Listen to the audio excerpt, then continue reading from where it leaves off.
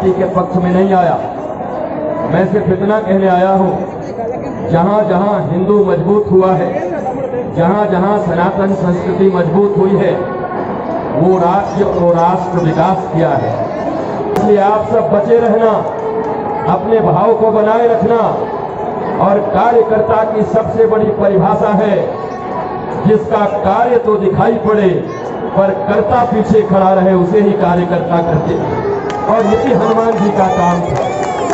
हनुमान जी यही करते थे। हनुमान जी के कार्य दिखाई पड़ते थे पर सबसे पीछे खड़े होते थे।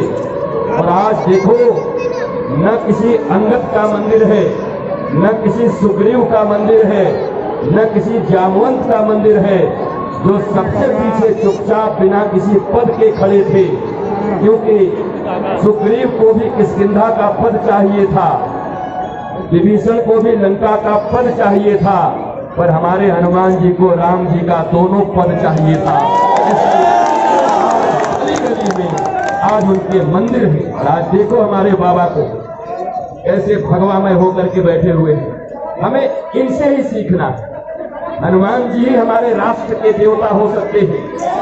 बल बुद्धि विद्या देहु मोहि हरहु कलेश विकार।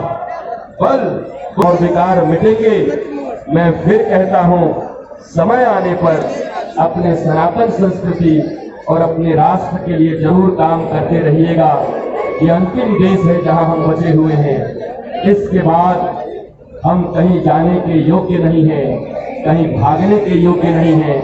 कश्मीर से भागकर दिल्ली की नदियों के किनारे आए करोड़पति और अरबपति लोग, जिनकी बच्चियां कभी मर्सिडीज से नीचे नहीं उतरती थी, वो दिल्ली में गंदी नालियों के बगल में खड़े होकर प्लास्टिक टेंटों में रहकर और दिए हुए राशन के ऊपर अपनी जिंदगी गुजार रहे हैं।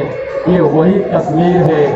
याद रखना मेरे तेलंगाना और भाग्यनगर के लोगों, यही धीरे धीरे 9 राज्यों में भी हो गया है। और मैं बस ये जागृत करने आया हूँ कि आप सब जगे रहिए। हिंदू धर्म, सनातन धर्म किसी के विरोध में नहीं है। एक यही धर्म तो है जो कहता है वसुधैव कुटुंबकम, पूरी वसुधा हमारी, पूरा का पूरा पृथ्वी हमारा परिवार है। हर जगह कट्टरता है और हमें दया है, करुणा है, प्रेम है। इसलिए अपनी संख्या बचाए रखिएगा। मुझे थोड़ी सी उदासी हुई, अगर आप यही उत्तर प्रदेश में होते और आवाज लिखती। अभी पीछे से आवाज आ रहा था और आप सब चुप थे।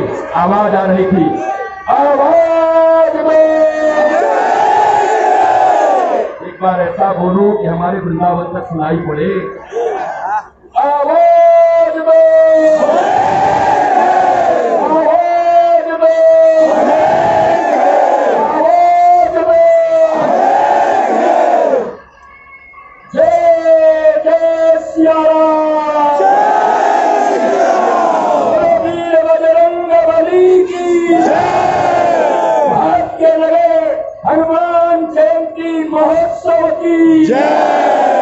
आप सब मस्त रहिए, प्रसन्न रहिए, दिल में आग रखिए।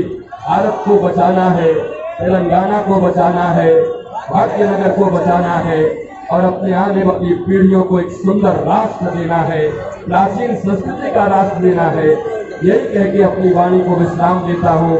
भीड़ में बोलना बहुत कठिन होता है ऐसे यात्रा में। आज पहली बार ही, दूसरी बार शायद बोल रहा हूँ। कभी बैठकर सुनोगे तो लगातार 15 घंटे आंख बंद करके मैंने राष्ट्र और राम के ऊपर बोला है। यह भी रिकॉर्ड है, तो आप कभी सुनोगे तो आपको आनंद आएगा। और आज तो इतना ही।